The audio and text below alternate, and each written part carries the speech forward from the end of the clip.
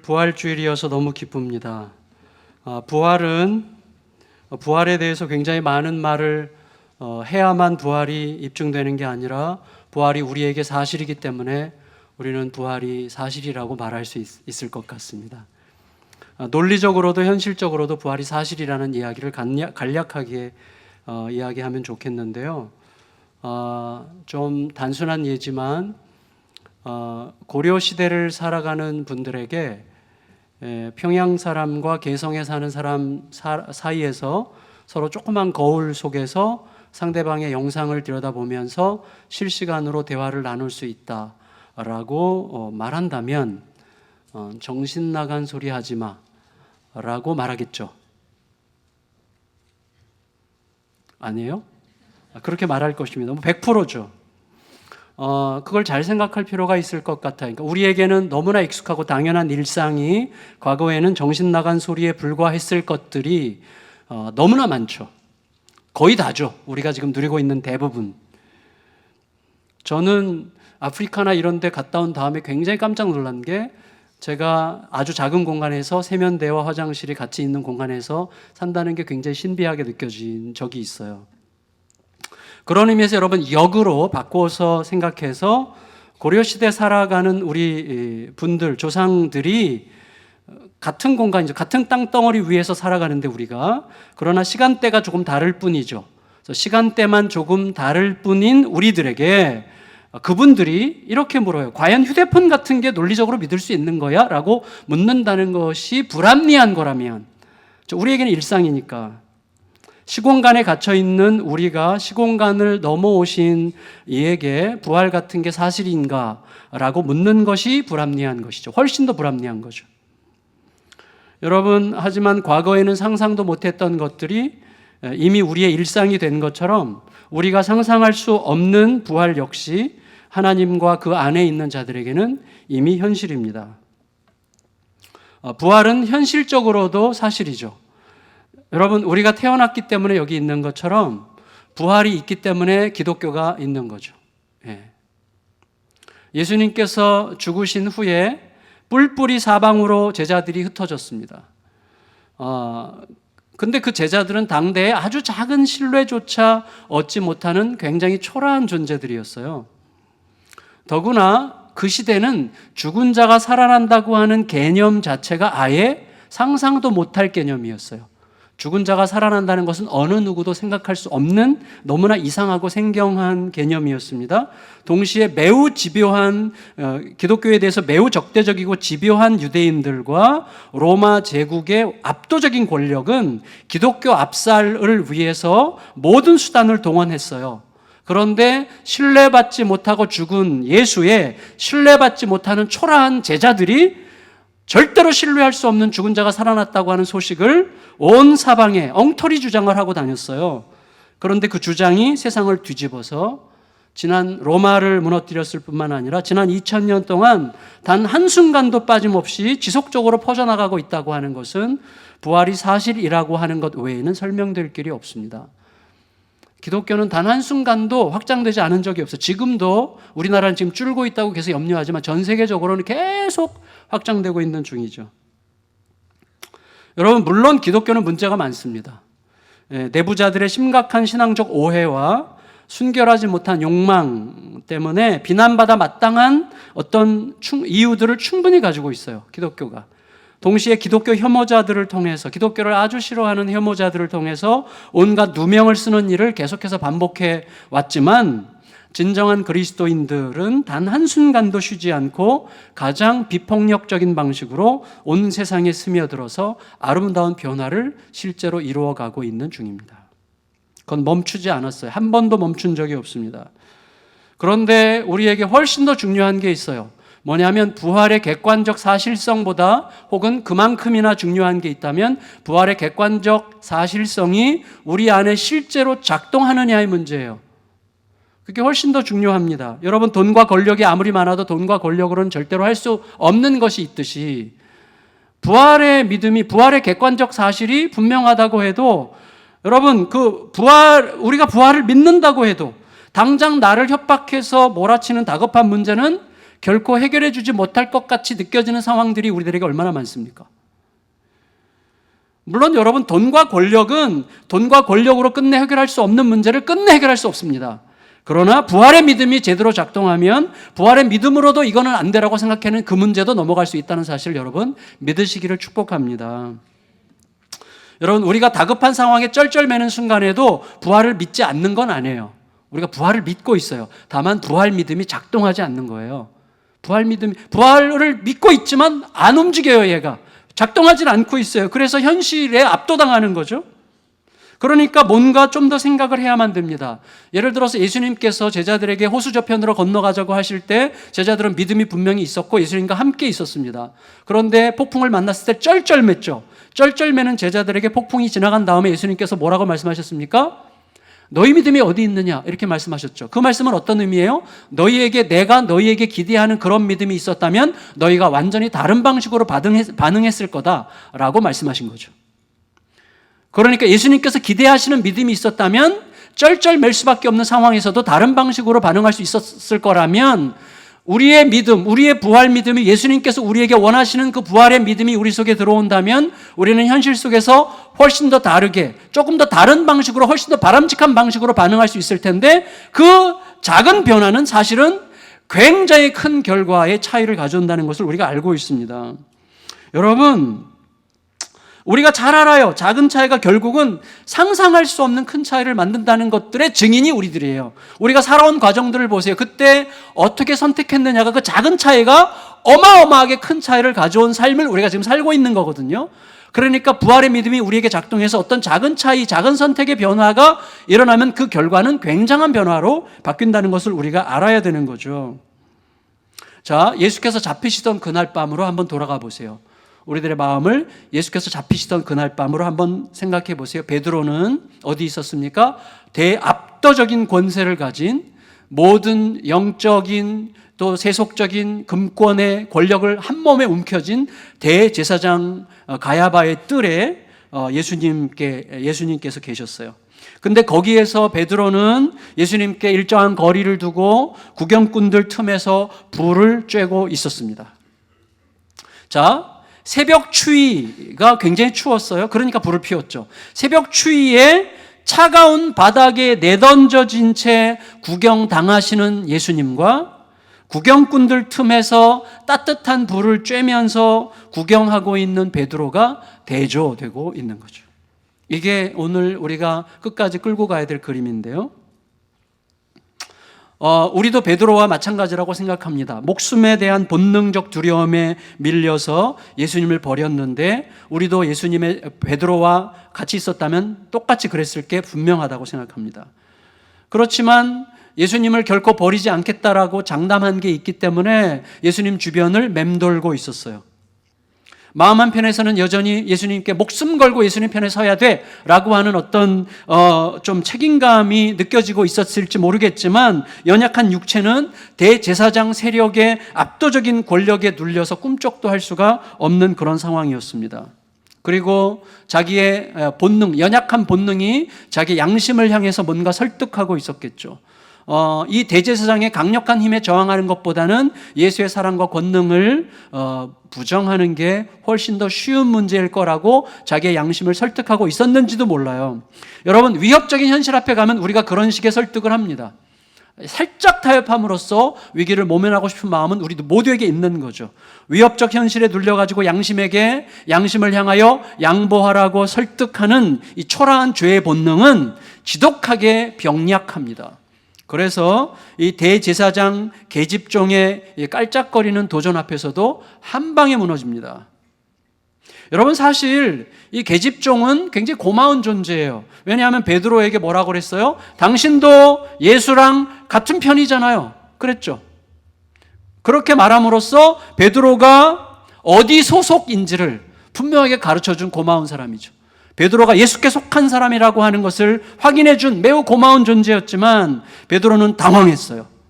그리고 이렇게 표현했어요. 웬 듣도 보도 못한 소리? 웬 듣보잡? 이 대체 무슨 말이야? 내가 예수께 속한 자라면 내 손에 장을 지지겠다. 이런 식의 3번의 부정으로 자기를 방어했습니다. 바로 그 순간 예수님께서 말씀하셨던 대로 2번째 닭이 울었어요. 2번째 닭이. 그래서 질문이 자연스럽게 생깁니다. 왜 닭은 2번 울었을까? 질문이 생기는 거죠. 왜 닭이 2번 울어야 됐죠? 여러분, 2번째 닭이 울었을 때 베드로는, 성경의 기록에 따르면 베드로는 그게 2번째 닭의 울음소리라는 걸 알았어요. 2번째 울었다는 것을 알았어요, 베드로가. 그렇다면 1번째 닭 울음소리도 들은 거죠. 그렇죠. 그러니까 베드로는 첫 닭의 울음소리를 들었을 때 어느 정도 희미하게나마 긴장했을 게 분명해요. 하지만 자기 양심을 설득했겠죠. 닭은 새벽에 언제나 우는 거야. 이렇게 우리도 그렇게 설득하죠. 닭은 새벽에 언제나 우는 거지. 그에 따라서 자기 자신이 예수님을 몇 번이나 부인하고 있는지 전혀 모르는 채 자기의 정체를 묻는, 너 어디 소속이야를 묻는 잇따른 질문에 정시없이 방어하던 중에 2번째 닭이 울자 깨달았어요. 예수님께서 말씀하신 대로 닭이 2번 울기 전에 너가 나를 3번 부인하리라는 말씀이 그때 깨달아지면서 놀랬죠. 여러분, 따라서 그날의 닭 울음은 단지 새벽 닭 울음소리가 아니었던 것입니다. 어쩌면 첫 닭의 울음은 베드로의 돌이킴을 위한 마지막 호소였을 거예요. 그리고 2번째 울음은 예수님의 말씀이 어떻게 성취되는지를 알려줌으로써 베드로의 실체를 고발하는 메시지였죠. 너가 장담했느냐? 너의 실체가 무엇인지를 너가 알게 될 것이다. 2번째 닭은 베드로의 실체, 예수님을 지킬 수 없는 존재라는 사실을 확인해 주는 메시지가 됐죠. 결국 이 닭 울음소리는 추운 바닥에 던져지신 예수님이 오르시고 구경꾼들 틈에서 불을 쬐고 있는 베드로가 틀렸다고 하는 사실을 고발하는 표적이었습니다. 따라서 2번째 닭이 울었을 때 베드로는 당장 깨달았기 때문에 당장 예수님께 달려가서 예수님 옆에 엎드리고 예수님 끝까지 예수님과 같이 가겠습니다라고 말할 수 있었고 말해야만 했습니다. 근데 그렇게 못했어요. 여러분, 우리가 알아요. 베드로와 우리들은요, 예수님이 옳다고 하는 것을 아는 순간에도 현실에 압도당하면, 그리고 현실에 대한 두려움과 자신에 대한 좌절에 발목이 잡히면 아무것도 못합니다. 베드로는 이미 자기 자신을 향해서 말하고 있었을 거예요. 넌 끝났어. 넌 자격 상실이야. 이렇게 외치는 자기 심판의 사슬에 발목이 묶였습니다. 여러분, 사도 바울이 나도 나를 정죄하지 않는다고 말한 이유가 너무나 중요한 이유예요. 우리를 가장 강력하게 얽어매는 것은요, 자기 심판의 사슬에 묶이는 것입니다. 베드로는 자기 심판의 사슬에 묶여서 넌 끝났어. 너는 이제 자격 상실이야. 넌 더 이상 가망이 없어라고 말하는 자기 심판의 사슬에 묶여서 꼼짝도 할 수 없는 상황이 되었던 거죠. 그게 얼마나 무서운가 하면요, 예수님의 사랑과 예수님의 오르심을 알았음에도 불구하고 예수님 옆에 달려가 엎드릴 수가 없었어요. 그 힘이 너무나 강한 거죠. 여러분, 결국 우리 발목을 잡는 자기 심판의 힘이 얼마나 센지요, 며칠 후에 베드로가 부활하신 예수님을 만납니다. 근데 부활하신 예수님을 만나서 부활이 객관적 사실이라는 사실을 확인한 다음에도 일어나지 못해요. 갈릴리로 가서 의기소침해져 가지고 잡히지도 않는 물고기를 향해서 헛그물질을 하고 있는 거죠. 그게 오늘 본문의 베드로예요. 부활은 객관적 사실이었지만 베드로 안에서 부활의 믿음은 아직 작동하고 있지 않았어요. 하나님은 용서하셨지만 나는 나를 용서하지 못해요. 그런 경우들이 우리들에게 얼마나 많습니까? 굉장히 교만한 거죠. 나에 대한 하나님의 판단보다 나에 대한 나의 판단이 더 중요하니까. 근데 우리는 그걸 교만이라고 절대 느끼지 않죠. 합당하다고, 난 죽어 마땅해. 하나님은 내가 널 살릴 거야. 그래도 아니에요. 하나님 아니에요. 이렇게 말하죠. 여러분, 베드로는요, 부활하신 예수님을 만난 후에도 여전히 희망적이지 않았어요. 오히려 갈릴리로 돌아가서 헛그물질로 시간을 허비하고 있었어요. 그 베드로를 예수님께서 신방하십니다. 여러분, 저 같은 경우는요, 보통 신방을 하게 하는 날, 이제 그날 신방할 분들이 이렇게 있으면 아침에 했던 큐티를 다시 들여다보고, 그 다음에 그 각 가정의 형편과 상황을 생각하고, 그날 큐티 본문이 그 가정이 어떤 방식으로 적용되겠는가를 생각함으로써 신방 준비를 하는데, 어떤 날은 매우 안타깝게도 또 개인적으로는 매우 불행하게도 그 가정에 어떤 선물을 가지고 가지 않으면 안 될 것 같은 어떤 감동이 불행하게도 뭔가를 가져가야만 될 것 같은 감동이 안타깝게도 올 때가 있어요. 여러분, 우리 교회 유치부 전도사님이셨다가 지금은 고등부 교사하고 있는 지금 이제 건강사업 하느라고 여러분 많이 기도해 주세요. 그 김한나 전도사님이 초딩 3학년쯤 됐을 때 제가 이제 그 다니는 교회 가난한 교육 전도사였어요. 김 전도사 엄마가 제가 섬기는 부서 교사였어요. 그래서 이제 제가 초등학교 2학년을 담당하고 있었는데 그때 교사가 한 50여 명 이렇게 됐는데 이제 1월부터 3월 사이에 교사들 집을 다 신방하는 거예요. 그 규칙이에요. 교회에서 신방비가 나와. 신방비 교사 한 명 신방할 때 700원씩 이렇게 나왔는데 지금 30년 전이에요. 예. 근데 200원인가 나왔던 것 같아요. 근데 여러분 교사들 집을 일일이 신방하는 중에 이제 그 집 신방하는 날이 돼서 아침에 이제 묵상을 하는데 갑자기 진짜 너무나 불행이라고도 좀 안타깝게도 또 뭐가 떠올랐어요. 그 가정의 어려운 형편과 그 집에 자녀가 셋이었는데 그 자녀들의 얼굴이 이렇게 떠오르는 거예요. 그래서 굉장히 힘들게 매우 아까워하면서 누군가로부터 받았던 일제였는데 아주 이렇게 무슨 수사관들이 갖고 다니는 것 같은 아주 미니 조그만 카세트 오디오였는데 그걸 선물했어요. 그런데 여러분, 저는 그걸 누구로부터 분명히 받았는데 누구로부터 받았는지도 기억이 안 나. 누가 줬는지도 기억이 안 나요. 그런데 이 수십 년이 지난 후에도 우리 김 전도사님은 누구로부터 받았는지 알고 있더라고요. 그걸 보면 그게 어떤 위로의 의미로 그 마음에 남았던 게 분명하죠. 제가 좀 약간 자랑질을 했는데. 근데 여러분, 베드로를 신방하시는 예수님께서 아무 생각 없이 되는 대로 신방하셨다고 생각할 수 없습니다. 베드로를 생각하셨고 베드로의 코드에 맞게 묵상하시고 베드로를 만나려고 하시는 것이죠. 그러니까 예수님은 틀림없이 베드로를 위한 합당한 선물이 무엇일까를 생각하셨을 거라고 상상할 수밖에 없어요. 저는 그게 숯불이었다는 생각을 하게 됐습니다. 그게 숯불이에요. 여러분 9절 10절을 다시 읽어보겠습니다. 9절과 10절 시작. 육지에 올라보니 숯불이 있는데 그 위에 생선이 놓였고 떡도 있더라. 예수께서 이르시되 지금 잡은 생선을 좀 가져오라 하시니. 여러분 이게 왜 중요한가 하면 예수님은요 차가운 새벽 공기를 아래서 차가운 바다 혹은 호수에서 물고기를 잡고 있는 베드로를 만나러 갈릴리 호숫가로 오셨는데 숯불을 피우셨어요. 근데 이 숯불이 베드로가 대제사장 집에서 쬐던 그 불과 같은 불이에요. 안드로키아라는 이 단어는 숯불이라는 뜻인데 원래 우리말 옛날 요한복음 18장 18절에 불이라고 번역되어 있는 그게 전 성경에는 숯불이었어요. 근데 같은 헬라 원어예요. 근데 이 숯불이라는 단어가 복음서 사복음서 전체에서 딱 2번 쓰였어요. 여기에만 쓰였어요.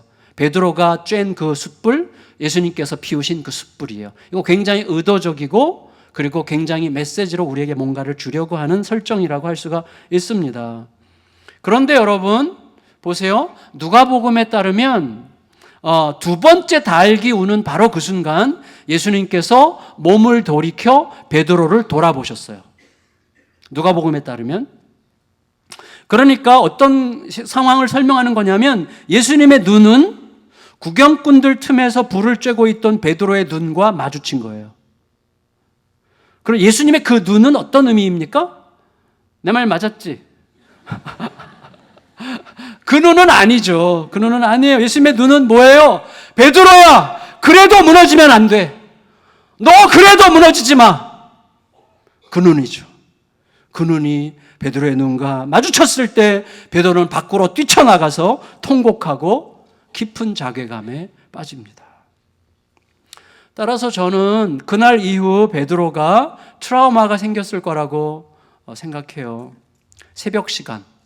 새벽만 되면 새벽 시간만 되면 뭔가 머리가 아프고 떨리는 거죠. 어디서가 닭 우는 소리만 들리면 막 찔끔찔끔 하는 거죠. 전에 제가 말씀드렸죠. 제가 정말 힘들어했던 어떤 분이 타고 다니는 자동차랑 똑같은 종류의 자동차를 타고 다니는 분들을 내가 싫어했다고.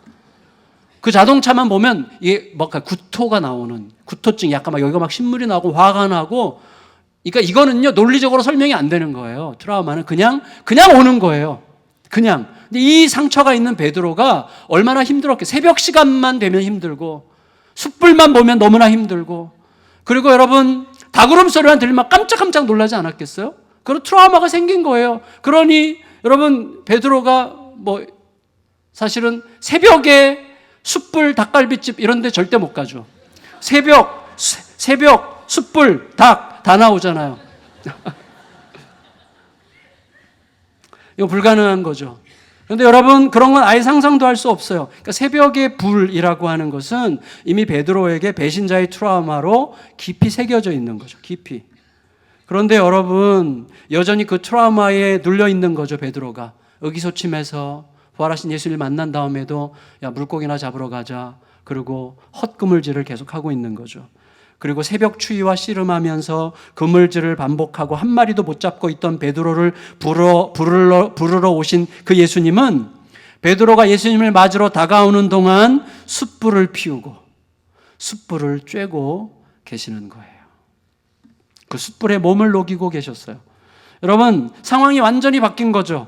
이제는 베드로가 새벽 추위 속에서, 예수님은 숯불의 온기 속에서 서로를 마주 보게 된 것입니다.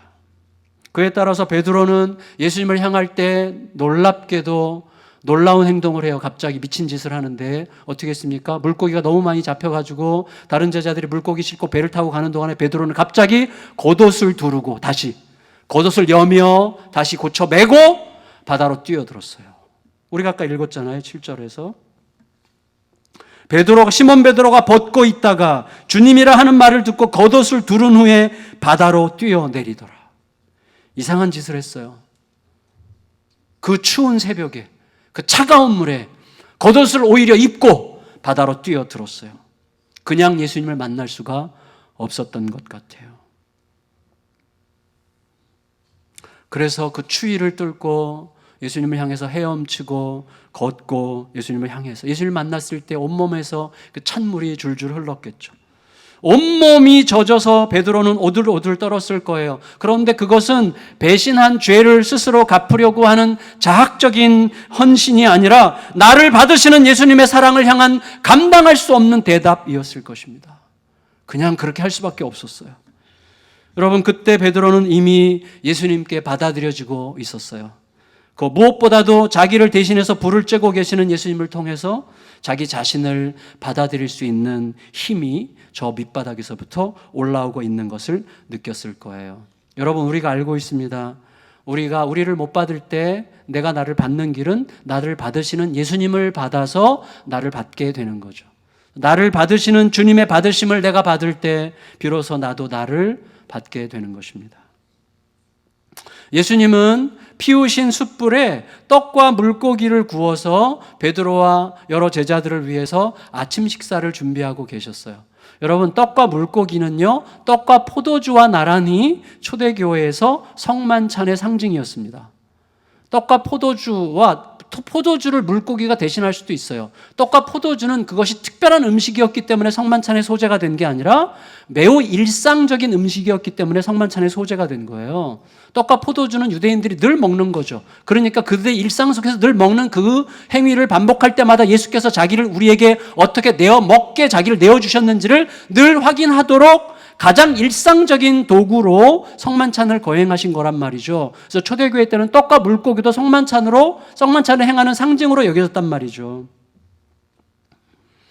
일상의 음식이 서로의 생명이 되게 하신 거예요. 여러분 음식을 공유한다는 건 뭐죠? 상대방을 가족으로 받아들이는 거죠. 며칠 전, 한 3일 전쯤에 우리 둘째 딸이랑 영상통화를 했는데 하자마자 아빠 나 지난밤에 하나도 못 잤어. 왜? 너무 힘들었어요. 왜 힘들었어? 체해가지고 막 밤새도록 화장실을 들락거리면서 너무 힘들었다는 거예요. 왜 체했니? 그 전날에 몇 사람이 모여서 밥을 먹었는데 그 중에 한 사람이 너무 자기가 힘든 사람이었대요. 맞는 말이죠. 우리가 너무나 잘 아는 거죠. 불편한 사람과는 음식을 같이 먹는 게 매우 힘든 일이죠. 용납과 용서와 받아들임이 전제되지 않는 식사는 음식이 아니라 독을 먹는 거예요. 그건 우리가 알고 있는 거죠. 그렇다면 예수님은 배신하고 도망친 제자들을 위해서 지금 식탁을 준비하여 함께 먹고자 하시죠. 그래서 뭐예요? 그들을 이미 받으셨다는 것을 내가 너희를 이미 받았다. 내가 너희를 이미 용서했다. 내가 너희를 이미 변함없이 사랑한다는 사실을 너에게 확증하노라. 이렇게 표현하시는 것입니다. 예수님이 준비하신 이 숯불의 식탁은 대제사장 앞마당에 있었던 베드로가 쬐었던 그 숯불과는 달리 누군가를 정죄하고 소외시키는 그런 불이 아니었어요. 둘러 앉아서 따뜻함을 함께 쬐는, 함께 먹는 용납과 품음의 숯불이었습니다. 힘센 자의 권세가 진리를 억압하는 그런 불이 아니라 영원토록 가장 위대하신 그 예수님이 베푸시는 따뜻하게 품고 받아들이는 숯불이었습니다. 그때 베드로의 죽었던 영이 살아나고 부활하신 주님께서 부활의 믿음이 베드로 안에서 작동하게 하시고 부활의 믿음의 생기가 베드로 안에 들어가게 하심으로 베드로로 하여금 다시 시작하게 하시는 거죠. 다시 시작하게. 여러분, 우리도 베드로와 함께 다시 시작하고 싶습니다. 우리가 수시로 다시 시작하고 싶다. 물론 다시 결혼하고 싶다 그런 생각을 하지 마세요. 하나님이 맺어주신 거예요. 예, 다시 시작하고 싶다. 어떤 일 다시 시작하고 싶을 때가 얼마나 많습니까? 저도 내가 목회 초년생이 되면 목사 초년생이라면 내가 이렇게 하고 싶다 뭐 이런 생각이 들 때도 있고, 내가 진짜 20대 초반에 내 진로를 정말 기도하며 결정할 때라면 진짜 목사는 안 됐을 텐데 뭐 이렇게 이제 생각하면서 여러 가지 생각할 때가 있죠. 그러니까 다시 시작하고 싶은 마음이 있는 거, 우리 모두에게는 그때가 있는 거죠. 여러분, 하지만 앞서 언급했던 것처럼 예수님께서 부활하셨다는 사실보다도 나의 낙심과 좌절이 훨씬 더 크면 나는 여전히 부활의 객관적 사실에도 불구하고 여전히 죽은 자처럼 자기 심판의 사슬에 발목이 묶일 수밖에 없습니다. 그리고 베드로가 경험한 이 갈릴리 새벽 바다 사건은 우리에게 반복해서 동일한 방식으로 일어나지 않습니다. 그렇다면 예수님이 부활하셨다고 하는 객관적 사실이 내 안에서 실제적인 부활의 힘으로 작동하려면 어떤 요소가 우리에게 필요한 것일까요? 우리도 베드로와 함께 다시 시작하려면 어떻게 해야 되는 걸까요? 여러분 들어보셨습니까? 종자연이라고 하는 단체. 저도 전에 한두 번만 들어봤는데 종자연이라는 단체가 있어요. 종교자유연합이라는 단체라고 하는데, 이 단체는 종교 자유를 연구하는 단체가 아니라 대한민국에 있는 교회를 허물어뜨리기로 결정한 단체라고 해요. 제가 정확하게 아는지 모르겠는데, 그래서 기독교를 비방하고 한국 교회를 체계적으로 허물어뜨리기 위해서 전략적으로 성경을 읽고 엄청나게 성경 공부 열심히 하고, 그리고 엄청나게 방송 설교를 열심히 들으면서 거기서 이제 계속 트집잡을거리를 끄집어내는, 그래서 하나씩 무너뜨리는 전략이 세웠고, 이번 교회 무너뜨리면 다음엔 요 교회 뭐 그런다고 그러더라고요. 근데 저는 객관적 사실성은 잘 모르겠어요. 근데 그렇게들 알고 있어요. 근데 지금부터 말씀드리는 것은 완전히 사실인데, 비교적 최근에 그 단체에 소속된 어떤 분인데 굉장히 대표적인 분이고 대학 교수인데, 그분이 그날도 기독교 비판의 칼날을 날카롭게 하기 위해서 이분들이 이제 시간이 아까우니까 밥 먹는 시간에 보통 방송 설교를 본대요. 그래서 꼬투리를 잡고 이제 비판할 근거를 찾기 위해서, 그래서 그날도 이제 칼날을 예리하게 하기 위해서 방송 설교를 듣는데, 갑자기 설교하시는 목사님 입에서 죄라는 단어가 뭐 이게 굉장히 설득력 있게 들린 게 아니라 그냥 죄라는 단어가 쑥 들어왔대요.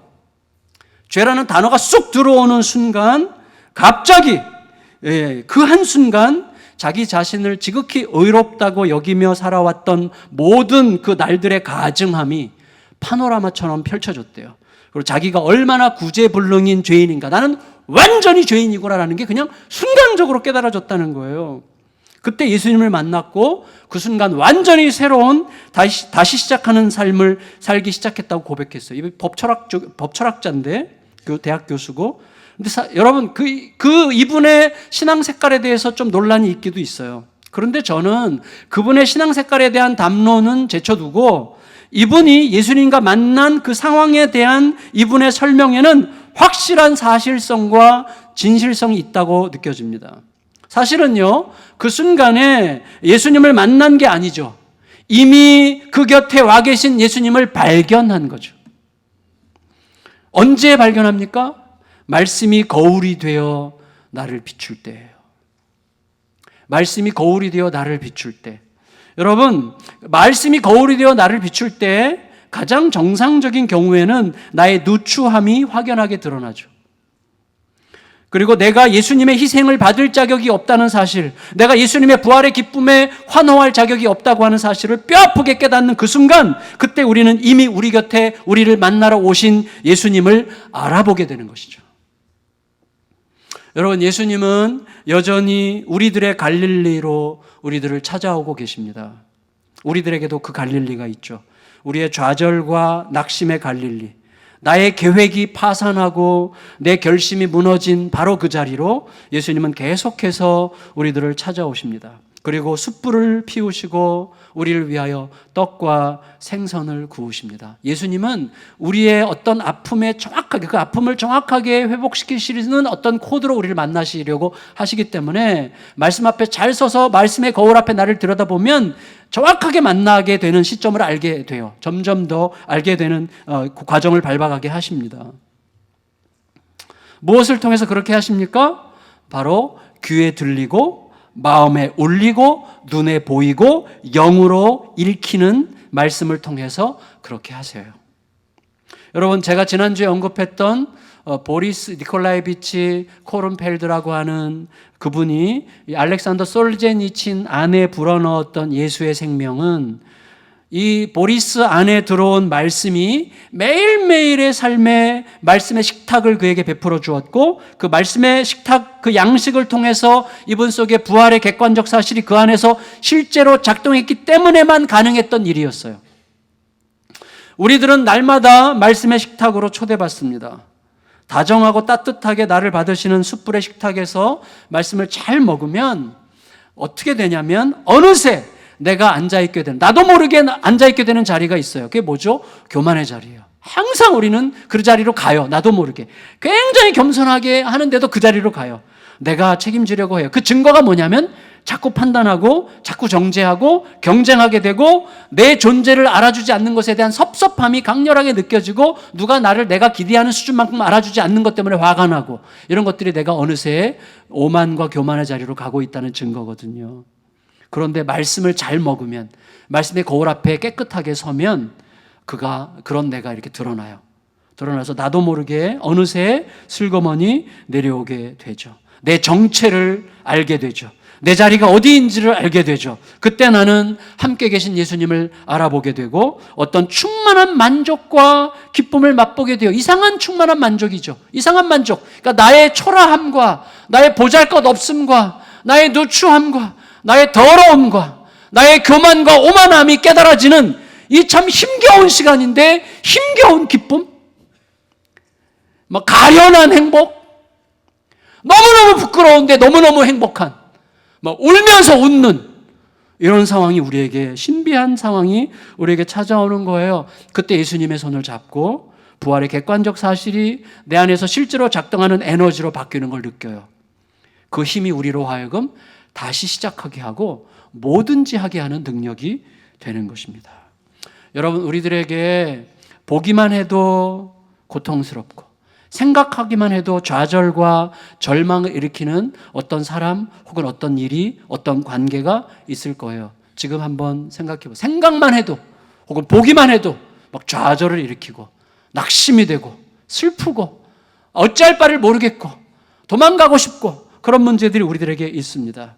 그렇지만 여러분, 귀에 들리고 마음에 울리고 눈에 보이고 우리의 영으로 읽혀지는 그 말씀을 통해서 아까 말씀드린 것처럼 그러한 신비한, 자신의 초라한 정체를 발견하는 신비의 순간을 만나게 되고 내 내면의 은밀한 부끄러움이 드러나는 순간에 우리들은 이미 나를 만나기 위해서 내 곁에 와 계신 예수님을 알아보게 되는 것입니다. 그때 부활하신 주님을 만나서 부활하게 되는 거예요. 두려움과 불안이 밀려나고 안도와 감사가 밀려옵니다. 원망과 분노가 물러가요. 대신에 내가 여전히 어떤 일을 건강하게 하고 있다는 사실 자체가 너무나 감격스럽고, 그리고 그가 거기에 건강한 모습으로 존재하고 있다는 사실 자체가 너무나 감격스러운 거예요. 그러니까 뭘 하지 않아도 그냥 그의 존재가 고마운 거예요. 그런 조건으로 바뀌어요. 이건 단지 심리적인 안도와 정서적 위로가 아닙니다. 물리적으로 내 몸과 마음을 만드시는 주님의 생생한 손길이에요. 그때 험한 오늘의 현실을 뛰어넘어서 상상도 못했던 새로운 내일이 어느새 내 안에서 가만히 시작되게 되는 거죠. 심지어 그런 시간, 말씀이 내 안으로 쏙 들어와 그런 어떤 주님의 손을 잡게 되는 그 순간이 되면 어떻게 되죠? 예배를 드리고 밖으로 딱 나가는데 세상이 달라져 있어요. 달라져 있어요. 그렇게 미웠던 아내가 너무너무 예쁘고, 지금 속으로 무슨 말도 안 되는 말씀을 하세요라고 생각한 분들 회개하시기 바랍니다. 그렇게 미웠던 아내가 예뻐 보이고 사랑스럽게 보이고 세상이 다르게 보이는 거죠. 여러분, 이게 부활이죠. 그런 새로운 부활의 은혜가 말씀과 함께 날마다 우리 안에서 솟아나고 일어나는 그런 삶이 되시기를 높으신 예수님의 이름으로 축원합니다.